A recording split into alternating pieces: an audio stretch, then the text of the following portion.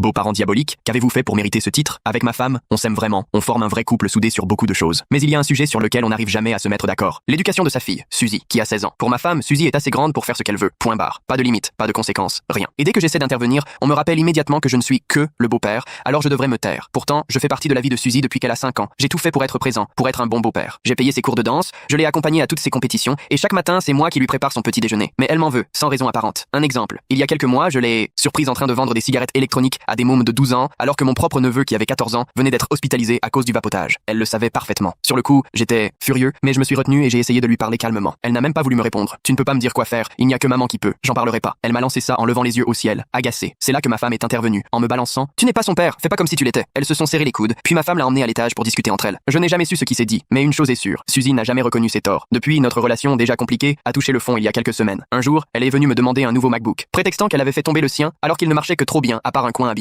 J'ai refusé, je n'en avais pas les moyens, surtout après avoir dû payer les obsèques de mon père l'année précédente. Je lui ai expliqué, et là, elle a explosé. Pourquoi t'as fait ça? Il est mort de toute façon. Cet argent aurait dû servir à maman et moi. J'étais choqué, complètement sonné, la gorge nouée. Je t'ai bien eu, hein? Elle s'est moquée de moi en voyant que je restais sans voix. Avant même que je réalise ce qui arrivait, ma femme a débarqué, a pris parti pour Suzy sans chercher à comprendre, et en 2 secondes, je me suis retrouvé traité d'imbécile et de mauvais beau-père parce que je préférais un mort à la prunelle de leurs yeux. Je n'ai rien dit, je suis resté là, incapable de réagir. Mais Suzy a dépassé les bornes. Elle s'est mise à insulter mon père, demandant si je tenais mon inutilité de lui. Là, j'ai craqué. J'ai crié de me laisser tranquille, si fort que ma voix s'est brisée. Un silence de plomb s'est installé. J'ai dit que Suzy n'aurait plus un centime tant qu'elle ne s'excuserait pas et que son argent de poche s'était terminé jusqu'à nouvel ordre. C'était la première fois que je m'énervais à ce point. Ce soir-là, je me suis couché en culpabilisant, presque en colère contre moi-même d'avoir perdu mon sang-froid. Les jours suivants, la maison était glaciale. Personne ne se parlait, jusqu'au moment où tout a basculé. Ça s'est passé le dimanche, le jour où je vais sur la tombe de mon père. Comme à chaque fois, avec sa vieille montre au poignet, celle qu'il m'a transmise, un objet qui a traversé 3 générations et qui n'a pas de prix pour moi. Je prenais même la boîte d'origine, que je posais près de la tombe avant de lui parler. Je sais, c'est un peu bête, mais cette montre me donnait l'impression qu'il était encore là, qu'il m'écoutait. Sauf que ce matin-là, impossible de la trouver. J'ai retourné toute la maison, paniqué, puis je suis allé demander à ma femme si elle l'avait vue. Elle n'a rien répondu, elle est restée figée. Je repose la question, et cette fois, elle tente de changer de sujet en me parlant du petit déjeuner.